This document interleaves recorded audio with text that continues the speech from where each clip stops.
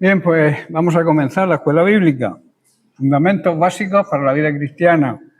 Y estamos en la lección 19 que habla del juicio eterno. Estamos estudiando los fundamentos de nuestra fe, que según Hebreos capítulo 6, versículos 1 y 2, son 6. El primero es el arrepentimiento de obras muertas, hacer las cosas por obligación, no por amor. La fe en Dios, el segundo. El tercer fundamento, la doctrina de bautismo. El cuarto, la imposición de manos. El quinto, la resurrección de los muertos. Y el sexto, que es en el que estamos, porque los anteriores ya se han estudiado, estamos en el juicio eterno. Este fundamento de nuestra fe es clave y es esencial para poder seguir creciendo y madurando espiritualmente. Y estábamos estudiando las razones para enseñar sobre el juicio eterno. Hay unas razones necesarias que no muchos hoy en día predican sobre el juicio eterno, sobre el infierno, sobre la condenación. Quieren predicar un evangelio que agrade el oído de los oyentes. Pero hay razones importantes para enseñar sobre el juicio eterno. La primera es para que estemos continuamente agradecidos. Ser agradecidos por la gracia y por la misericordia de Dios. Decíamos que hay una gran diferencia, hay una diferencia muy grande entre decir que creemos en Cristo y vivir esperando a Cristo. El creyente ha sido librado, también lo tocamos, de la ira venidera. El segundo es para que vivamos en el temor de Dios. En Hebreos 10:31 dice: horrenda cosa es caer en las manos del Dios vivo. El problema hoy del ser humano y de muchas iglesias llamadas cristianas es que se ha perdido el temor de Dios. Se ríen del pecado, se juega con la inmundicia y se piensa que podrán escapar eternamente de la justicia divina. Pero Dios advierte. ¿Sabéis por qué nos advierte? Porque nos ama. La cruz demuestra dos cosas muy importantes. La primera, se demostró el infinito amor de Dios hacia nosotros.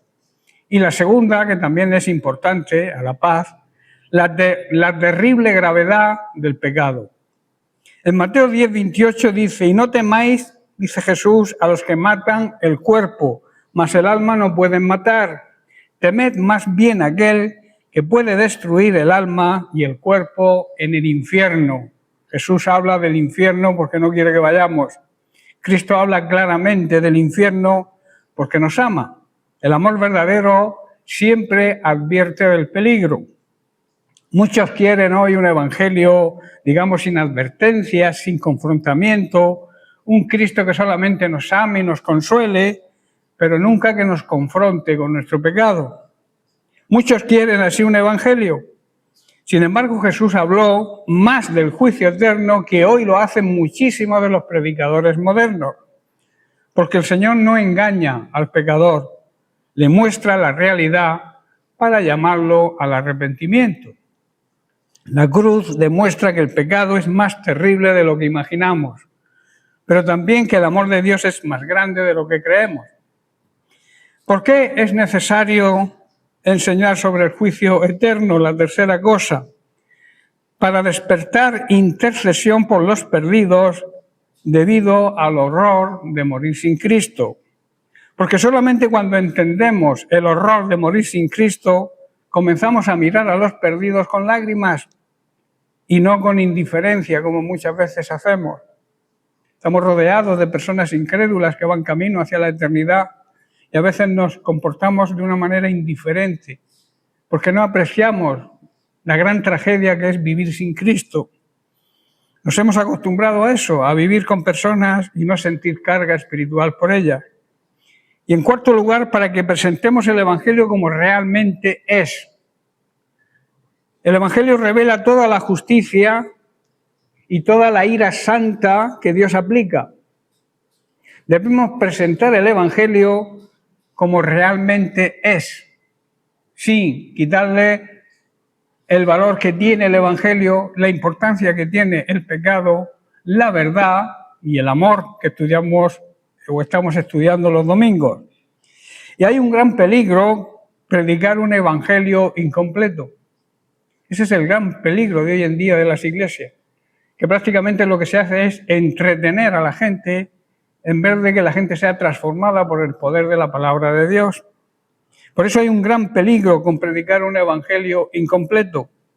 Un evangelio que nunca habla del pecado produce conversiones superficiales. A la mínima se apartan. Un evangelio que nunca habla del juicio produce cristianos sin temor de Dios. Un evangelio que solamente promete bendiciones terrenales termina centrando al ser humano en sí mismo y no en Cristo. En Romanos capítulo 1, verso 18, ya entramos en materia nueva, dice Pablo, porque la ira de Dios, la ira santa y siempre justificada de Dios, se revela desde el cielo contra toda impiedad, o sea, contra todo pecado y contra toda injusticia de los hombres que detienen con injusticia la verdad. Pablo aquí está declarando que Dios muestra su ira desde los cielos contra todos los que son pecadores y todos los que son malos y perversos, que detienen la verdad con su perseverancia y con su perversidad. Ahora, ¿cómo se revela la ira de Dios? Primeramente en la conciencia del hombre, a menos que llegue a estar cauterizada e insensible por la acumulación de pecados, y ya la conciencia ya no la escuchamos. También en la historia vemos cómo se reveló la ira de Dios, por ejemplo, con la historia de Adán y Eva, que después de pecar fueron expulsados del paraíso. El diluvio, cuando nadie creyó a Noé. La Torre de Babel, las ciudades de Sodoma y de Gomorra. Ahí vemos cómo se manifestó la ira santa y justificada de Dios. Y también en la universalidad de la muerte. Incluso aunque el diablo le dijo a Adán y Eva que no morirían. Vamos a centrarnos precisamente en este último punto. En Génesis capítulo 3, verso 4, dice, entonces la serpiente Satanás dijo a la mujer, no moriréis.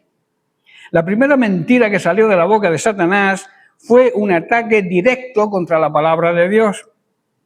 Dios había dicho con absoluta claridad, el día que de él comieras, del árbol prohibido, ciertamente morirás. O sea, morirás de una manera cierta. Eso es lo que la palabra de Dios dijo, lo que la boca de Dios dijo. Hablaba claro, ¿verdad? Y hablaba claro de muerte espiritual, hablaba claro de la condenación eterna, hablaba claro del infierno. Pero el diablo respondió, no moriréis. Desde entonces, esa ha sido una de las estrategias favoritas de Satanás, hacer creer que el pecado no tendrá consecuencias. El enemigo siempre intenta suavizar lo que Dios ha declarado con firmeza.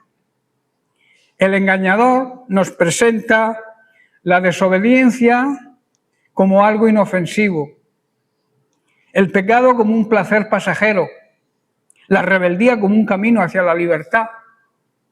Pero la realidad nunca cambia. La verdad de Dios nunca cambia. La palabra de Dios nunca cambia.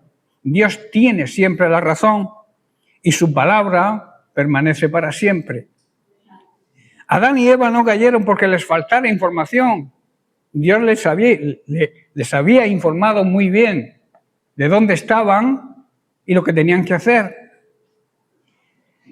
Sino porque cayeron porque dejaron de confiar en la voz de Dios para escuchar la voz del diablo, la voz del engañador. Por eso no se debe dialogar jamás con Satanás.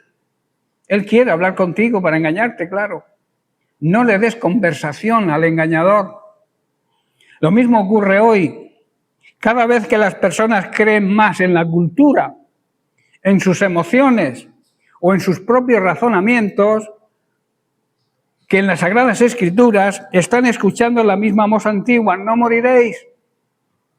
Sin embargo, la historia confirmó que Dios decía la verdad. La muerte espiritual entró inmediatamente después de la caída. La comunión con Dios se rompió, se escondieron. Entró el sufrimiento y el dolor en este mundo. Y finalmente también entró la muerte física, que alcanzó y alcanza a toda la humanidad.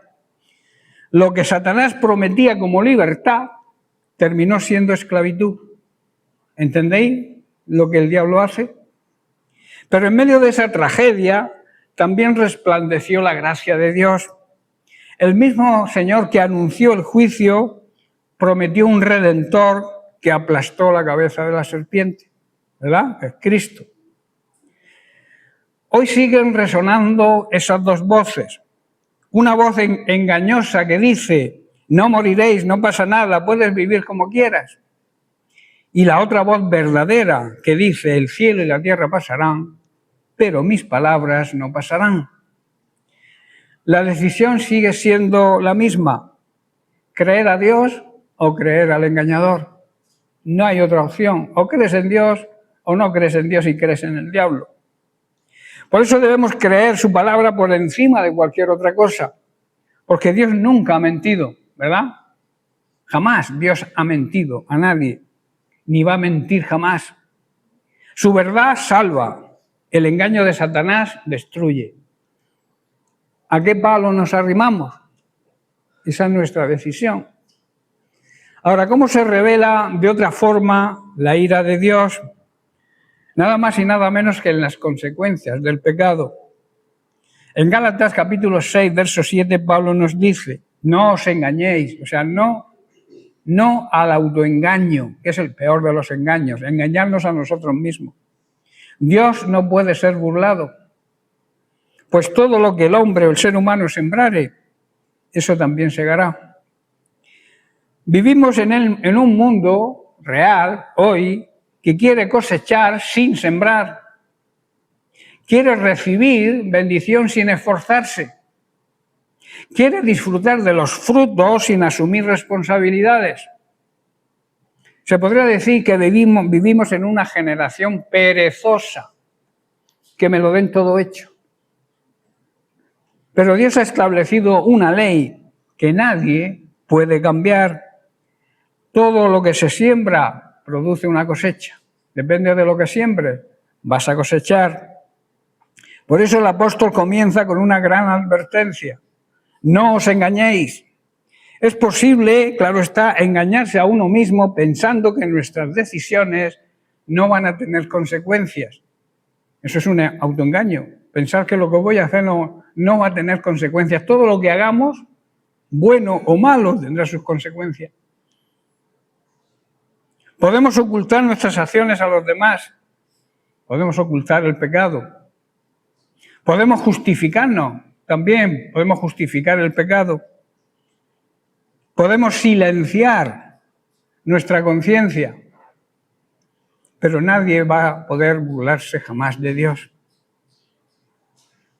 Él conoce la semilla que cada uno está depositando cada día. Cada palabra, cada pensamiento, cada decisión y cada actitud que tomes es una siembra. Quien siembra para la carne, tarde o temprano recogerá corrupción, tristeza y vacío.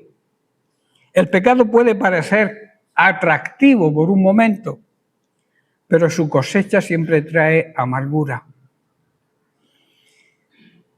Pero también existe la siembra para el espíritu. Cada acto de obediencia, cada oración hecha en secreto, cada lágrima derramada por amor a Cristo, cada servicio humilde y cada paso de fe, parecen a veces semillas pequeñas enterradas en la tierra, ¿verdad? Sin embargo, Dios no olvida ninguna de ellas. A su debido tiempo producirán una cosecha de bendición, de paz y de vida eterna. El agricultor no recoge el mismo día que siembra, ¿verdad? Debe esperar con paciencia, confiando en que la tierra hará su trabajo. Esa es también una gran lección para la vida cristiana. Dios nos llama a sembrar con fidelidad, aunque los resultados no sean inmediatos. Sembramos oración, obediencia, servicio, lágrimas y la palabra de Dios, pero la cosecha le pertenece al Señor y llega en su tiempo, cuando Él lo decide. El agricultor no desentierra la semilla cada día para comprobar si está creciendo, ¿verdad? Confía en que debe haber un proceso. Y a veces nosotros necesitamos ese proceso y no tenemos la paciencia de que a través de ese proceso Dios nos madure y podamos dar el fruto que Él desea que demos. La impaciencia puede llevarnos a abandonar el campo justo antes de la cosecha, pero la fe persevera, porque sabe que Dios nunca deja sin recompensa una siembra hecha para su gloria. Las Sagradas Escrituras nos animan. Pablo nos exhorta unos versículos después. En el versículo 9 dice: no nos cansemos, pues, de hacer bien, porque a su tiempo, al tiempo del Señor, segaremos, si no desmayamos, si no abandonamos antes.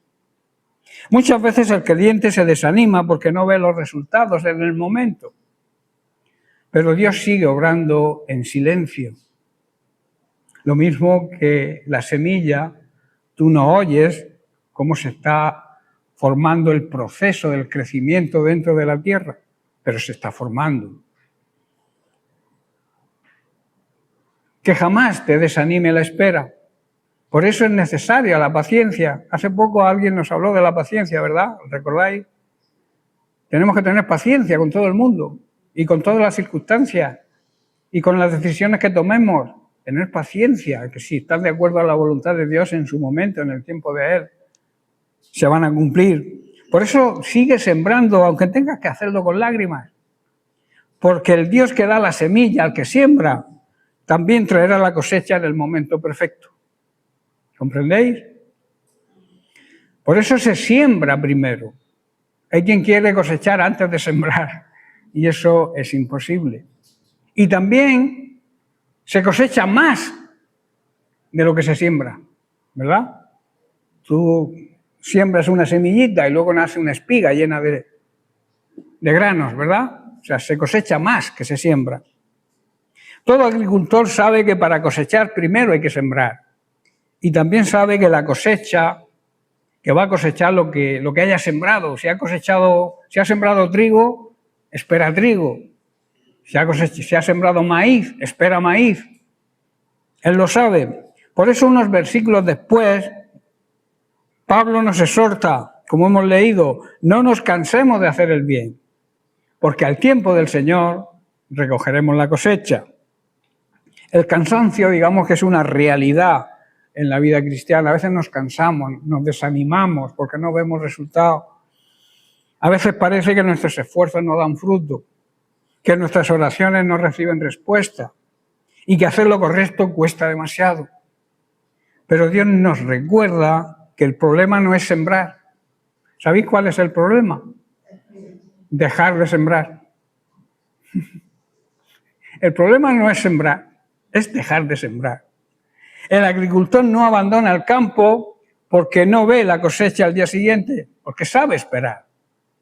Del mismo modo, Dios nos llama a perseverar, a ser constantes, porque Él trabaja muchas veces en silencio. Aunque nuestros ojos no vean resultados inmediatos, el Señor nunca deja sin recompensa la fidelidad. La promesa es bien clara. A su tiempo segaremos. No es nuestro tiempo, sino el suyo, que siempre es el tiempo perfecto. Nuestra responsabilidad es no desmayar, no desanimarnos, no arrojar la toalla. Y la responsabilidad de Dios es traer la cosecha cuando Él lo decida. Por eso no abandones jamás la oración. Hay personas que oran años y años por un familiar inconverso y a los 15 años se convierte. No te desanimes jamás. No desesperes, no abandones la oración. No dejes de servir al Señor en su obra. No te canses de amar. No te canses de perdonar. No te canses de pedir perdón si es necesario. Y no te canses de hacer el bien. Cada acto de fidelidad es una semilla que Dios hará fructificar. Quien persevera confiando en el Señor va a descubrir que ninguna labor hecha para Él ha sido en vano. Por eso debemos examinar qué estamos sembrando hoy. Hacernos esta pregunta: ¿qué estoy sembrando hoy? Porque la cosecha de mañana se decide con la siembra de hoy. Lo que tú vayas a cosechar mañana tienes que sembrarlo hoy. Quien siembra para Dios jamás sembrará en vano. Pues repito, el Señor es fiel para recompensar toda semilla que ha sido sembrada con un corazón sincero. Ahora, otra manera de cómo se revela la ira de Dios. La mayor manifestación de la ira de Dios tuvo lugar en el Calvario. Le costó muchísimo a Jesús apaciguar la ira santa de Dios. Le costó su propia vida, su propia sangre. Por eso Pablo en 2 Corintios capítulo 5, verso 21 dice: al que no conoció pecado, o sea, al que jamás pecó, por nosotros Dios lo hizo pecado, para que nosotros fuésemos hechos justicia de Dios en él, para que nosotros fuéramos justificados delante de él. Qué precio tan inmenso, ¿verdad? El de nuestra salvación. Aunque la salvación se recibe gratis, costó un gran precio. No fue barata. A menudo hablamos del amor de Dios y con razón, pero olvidamos el terrible costo que ese amor implicó. Al Señor Jesucristo le costó muchísimo llevar sobre sí la ira santa y justa del Padre contra el pecado. Él, el santo, el inocente, el cordero sin mancha, fue tratado como si hubiera cometido todos los pecados del mundo y jamás pecó. Esto no significa que Cristo se hiciera pecador, pues jamás dejó de ser santo. Significa que nuestros pecados le fueron imputados a Él, fueron cargados sobre Él, y Dios descargó sobre su Hijo la ira y el juicio que nosotros merecíamos. Tremenda realidad si la entendiéramos de verdad. Nos alejaríamos rotundamente del pecado, sabiendo lo que implica, lo que implicó y lo que costó a nuestro Señor y Salvador. En la cruz, Jesús bebió hasta la última gota de la copa de la ira divina. Y por eso allí en la cruz Jesús dijo y exclamó: Dios mío, ¿por qué me has desamparado? Porque estaba ocupando nuestro lugar. Esto es un grito que abrió las puertas del cielo a todo aquel que se arrepiente. Estas palabras de Jesús constituyen uno de los momentos más profundos, solemnes y misteriosos de todas las Sagradas Escrituras. No fueron un grito de desesperación sin sentido, sino el clamor del Cordero de Dios que estaba llevando sobre sí el pecado de toda la humanidad. El texto completo dice: cerca de la hora novena, Jesús clamó a gran voz diciendo: Elí, Elí, lama sabactani. Esto es: Dios mío, ¿por qué me has desamparado?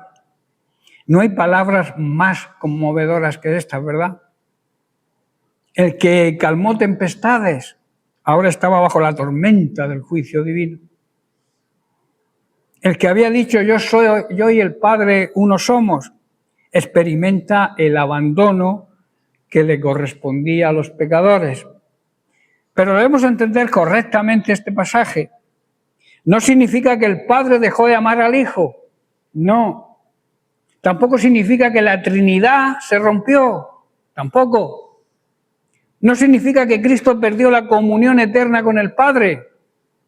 Significa que Jesús estaba soportando el juicio que nosotros merecíamos. El santo ocupó el lugar del culpable. Durante toda su vida Jesús había vivido en perfecta comunión con el Padre. Desde la eternidad existía un amor perfecto entre ellos. Nunca hubo una sola sombra entre ellos. Nunca hubo una desobediencia por parte de Jesús. Nunca cometió un solo pecado, ni mintió jamás. Sin embargo, En la cruz sucede algo que jamás había ocurrido. Como hemos leído, al que no conoció pecado, por nosotros lo hizo pecado. No porque Cristo se hiciera pecador, sino porque nuestros pecados fueron cargados sobre él. Isaías lo había anunciado siglos antes. El Señor cargó en él el pecado de todos nosotros, dice Isaías. En aquel momento el Padre trató al Hijo como debía tratar al pecador. Y trató después al creyente como merece ser tratado el Hijo. Qué intercambio tan glorioso, ¿verdad?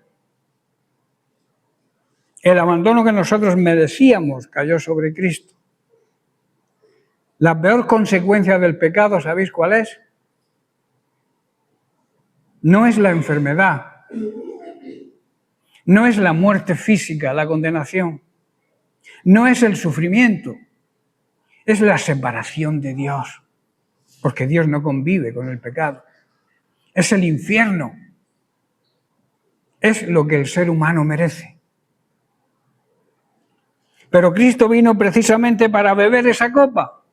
Mientras colgaba del madero estaba experimentando el peso del juicio santo de Dios, porque los juicios de Dios son santos, porque Dios es santo. No estaba sufriendo solamente los clavos, no estaba sufriendo solamente la corona de espinas, ni estaba soportando solamente los insultos. Lo más terrible era cargar con la ira que el pecado provoca delante de un Dios santo. Por eso clama, Dios mío. Todavía llama al Padre, Dios mío. Aún en el momento más oscuro no pierde su fe y su confianza en Él. No deja de creer, no deja de obedecer, no deja de amar. Y por eso Jesús cita el Salmo 22. Estas palabras que hemos leído es como comienza el Salmo 22. Muchos creen que simplemente estaba haciéndole una pregunta al Padre, pero en realidad estaba citando el comienzo del Salmo 22. Si analizamos este Salmo, vemos que comienza con el abandono, pero termina con la victoria. Comienza con el dolor, pero termina en adoración. Comienza con la cruz, pero termina en el reino. Los judíos conocían perfectamente este Salmo y al escuchar la primera frase recordaban todo el capítulo completo. Y en ese Salmo se describe la crucifixión. Escuchad bien, en ese Salmo se describe proféticamente la crucifixión de Cristo o la crucifixión en general, siglos antes de que existiera este método de ejecución. Todavía no existía la crucifixión y ya Isaías, siglos antes de que se conociera o se implantara esta ejecución, esta manera de ejecutar, ya habla proféticamente de la crucifixión de Jesús. Tremendo, ¿verdad? Como todo compagina, como la Biblia encaja todo. Este salmo, si lo leéis luego en casa, veréis que habla de manos perforadas, los pies horadados, el reparto de las vestiduras, las burlas de los enemigos y la victoria final del Mesías. Jesús estaba declarando, todo lo que David escribió se está cumpliendo delante de vosotros. Porque Él fue desamparado, nosotros nunca lo seremos. Aquí está la gloria del Evangelio. Cristo fue abandonado para que tú y yo jamás seamos abandonados. Él sufrió la separación que correspondía al pecador. Por eso ahora el creyente puede leer con absoluta seguridad cuando leemos, no te desampararé ni te dejaré. Hay un gran contraste, ¿verdad? Jesús dijo, Dios mío, ¿por qué me has desamparado? Nosotros podemos decir, el Señor es mi ayudador. Jesús quedó solo. Nosotros jamás estaremos solos. Él bebió la copa de la ira. Nosotros podemos beber la copa de la salvación. Qué diferencia, qué contraste, ¿verdad? el silencio del Padre, porque el Padre no le contestó, aseguró nuestra paz. Es impresionante observar que el Padre no le respondió, ¿verdad? Cuando Jesús oró en Getsemaní, dice que hubo un ángel que le fortaleció, pero en la cruz no hubo respuesta. ¿Por qué no hubo respuesta? Porque allí estaba consumándose nuestra redención y no podía pararse. La justicia divina no podía detenerse. El pecado tenía que ser juzgado completamente y condenado. Si el Padre hubiera librado al Hijo de aquella hora, nosotros jamás habríamos podido ser salvos. Por eso no se escuchó respuesta en la cruz. El silencio del Padre fue el precio de nuestra reconciliación con Él. Una ilustración. Un juez tiene delante a un criminal condenado. La sentencia es justa. No puede ignorar la ley si es un buen juez. Pero entonces ocurre algo extraordinario. El hijo del juez entra en la sala y dice: Padre, deja que la sentencia caiga sobre mí. El juez acepta. La ley queda satisfecha. El culpable sale libre. Eso fue infinitamente más grande lo que se produjo en la cruz. Cristo no solo pagó una multa, pagó con su propia sangre. Tal vez hoy algún creyente pueda sentir que Dios está lejos, que sus oraciones parecen no pasar del techo, que el cielo guarda silencio. Pero hay una diferencia enorme entre nuestra experiencia y la experiencia que tuvo Cristo. Nosotros podemos sentirnos abandonados, pero nunca lo estamos, porque las promesas de Dios se cumplen siempre y Él te dijo: no te dejaré ni te abandonaré. Jesús sí fue abandonado para que nosotros seamos lo que jamás lo seamos. Las emociones cambian, las promesas de Dios no, se mantienen firmes. Cuando el creyente pasa por el valle oscuro, Cristo camina con él. Porque el Señor prometió: he aquí, yo estaré con vosotros todos los días. ¿Hasta cuándo? Hasta el fin del mundo. En el Calvario ocurrió el intercambio más grande de la historia. El inocente fue tratado como culpable.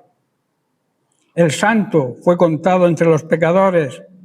El Hijo amado soportó juicio que correspondía a los rebeldes. Y todo ello para que los que creen en Él fueran recibidos como hijos de Dios. Fuéramos adoptados cuando creemos en el sacrificio, cuando entregamos nuestra vida a Cristo, cuando nos alejamos del pecado. Entonces somos adoptados como sus hijos. Cuando escuchamos aquel clamor: Dios mío, ¿por qué me has desamparado?, no debemos pensar solamente en el sufrimiento de Cristo, sino en el inmenso amor de Dios. Cristo sufrió por amor.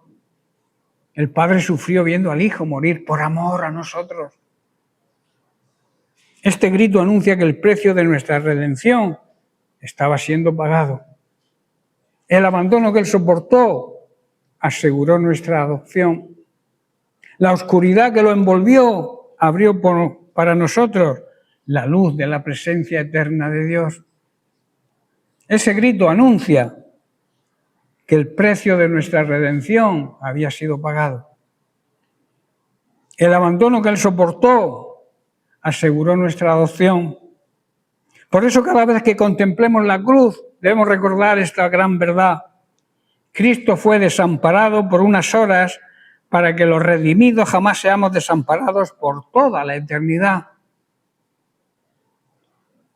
Si apaciguar, escuchar bien, si apaciguar la ira santa de Dios costó la sangre del Hijo amado, ¿Cómo podríamos tomar el pecado a la ligera? Como hacen algunos. Pensar en esto conduce al creyente a contemplar la santidad de Dios y el inmenso precio que costó nuestra redención. No existe una medida más exacta de la gravedad del pecado que la cruz de Cristo.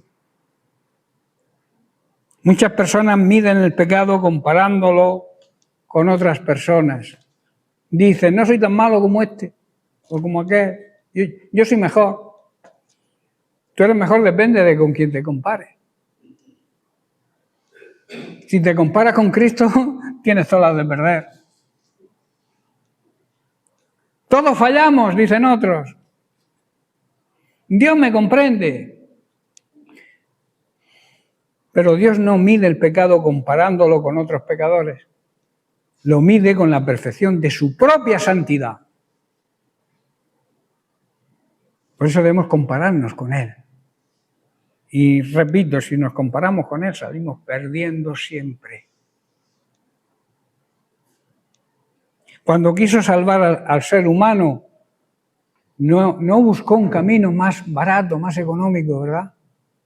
Sino el de mayor precio, la sangre de su Hijo.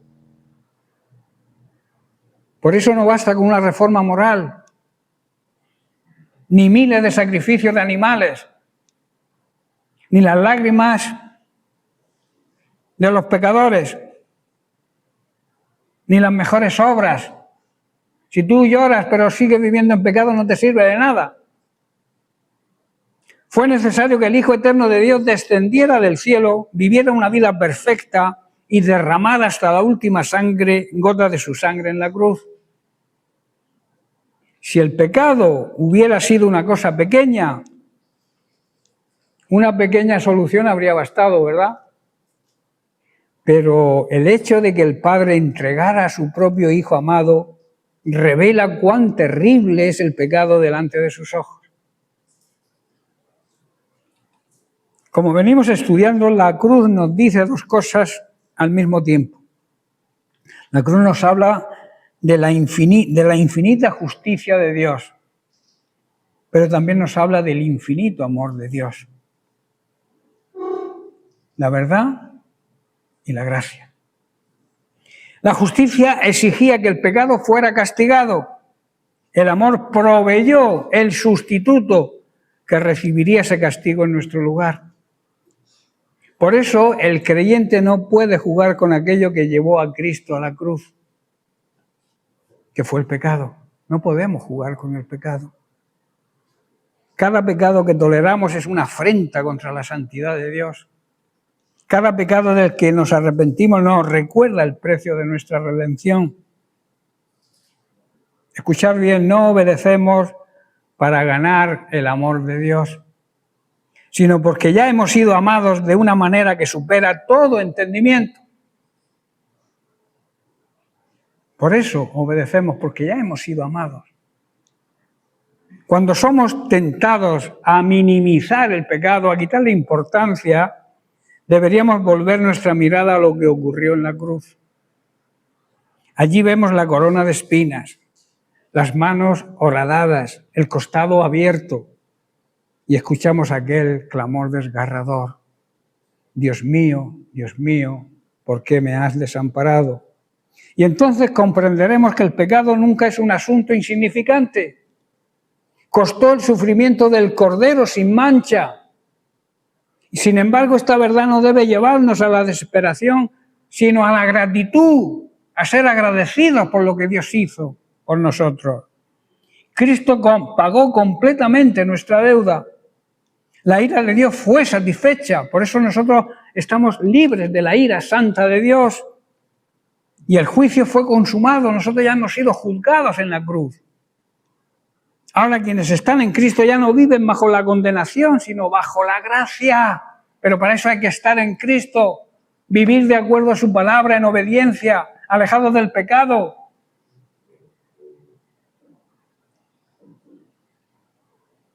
Pero porque precisamente esa gracia nos enseña, según Pablo le escribe a su discípulo Tito, que renunciando a la impiedad y a los deseos mundanos, Vivamos en este siglo sobria, justa y piadosamente. La recomendación que le hace Pablo a su discípulo Tito, pero que es de aplicación para nosotros hoy. Debemos renunciar a todo pecado, a toda impiedad, a los deseos de la carne, a los deseos pecaminosos, mundanos, y vivamos de una manera sobria, justa y piadosamente. Nunca debemos perder la vista a lo que ocurrió en la cruz, hermanos. Cada vez que el pecado nos parezca atractivo, recordemos su verdadero precio. Cada vez que la tentación nos susurre que no tiene importancia, miremos al Salvador crucificado. Y que brote de nuestro corazón la siguiente oración. Señor, si mi salvación costó la sangre de tu Hijo amado, no permitas que trate con ligereza aquello por lo que Él sufrió. Haz que ame la santidad, que aborrezca el pecado y viva cada día para la gloria de aquel que me amó y se entregó por mí. Esa debería ser nuestra oración diaria, cada vez que nos levantamos, recordar eso. El Calvario no solo revela cuánto ama Dios al pecador, también revela cuánto aborrece el pecado. Y quien ha entendido la cruz no puede seguir tratando el pecado como un compañero de viaje, sino como el enemigo que hizo necesaria la muerte de nuestro Salvador. La cruz nos muestra como conclusión final, la cruz nos muestra al mismo tiempo la gravedad del pecado y la inmensidad del amor de Dios, pero también nos llena de esperanza. Aquel que llevó nuestra culpa nos hizo justos, nos justificó, nos dio su justicia. Nosotros éramos culpables, pero fuimos declarados justos. Él, el justo, ocupó el lugar de los culpables. Y ahora por la fe en Cristo podemos acercarnos a Dios sin temor, también sin sentimiento de culpa, no por nuestros méritos, sino revestido de la justicia perfecta de Cristo. Por eso debemos contemplar la cruz con reverencia, con respeto, con gratitud, con adoración. No la cruz como cruz, sino al que fue clavado en la cruz. Nunca olvidemos que lo que para nosotros fue un regalo gratuito, para Cristo significó un sufrimiento infinito. Por eso debemos vivir de una manera digna de tan gran salvación, por esa gran salvación que hemos recibido, y amando al Señor que nos amó hasta entregar su propia vida por nosotros. Esa es la realidad. Y esa es, digamos, lo que tenemos que quedarnos. ¿Cómo yo puedo responder a lo que Dios hizo por nosotros, lo que Cristo hizo en la cruz con nosotros, quitándole importancia al pecado? Por eso cada vez que te venga una tentación, cada vez que el diablo quiera engañarte, no tiene importancia, no morirás, no te condenarás, todo el mundo lo hace. Mira la cruz y mira lo que costó el perdón de los pecados. Amén. Amén. Bien, pues lo dejamos aquí y seguiremos la semana que viene hablando de los distintos nombres bíblicos, o sea, lo que la Biblia emplea para definir el juicio eterno. Uno de ellos es el gran y terrible día del Señor. Pero eso lo dejaremos para la semana que viene. Que Dios te bendiga.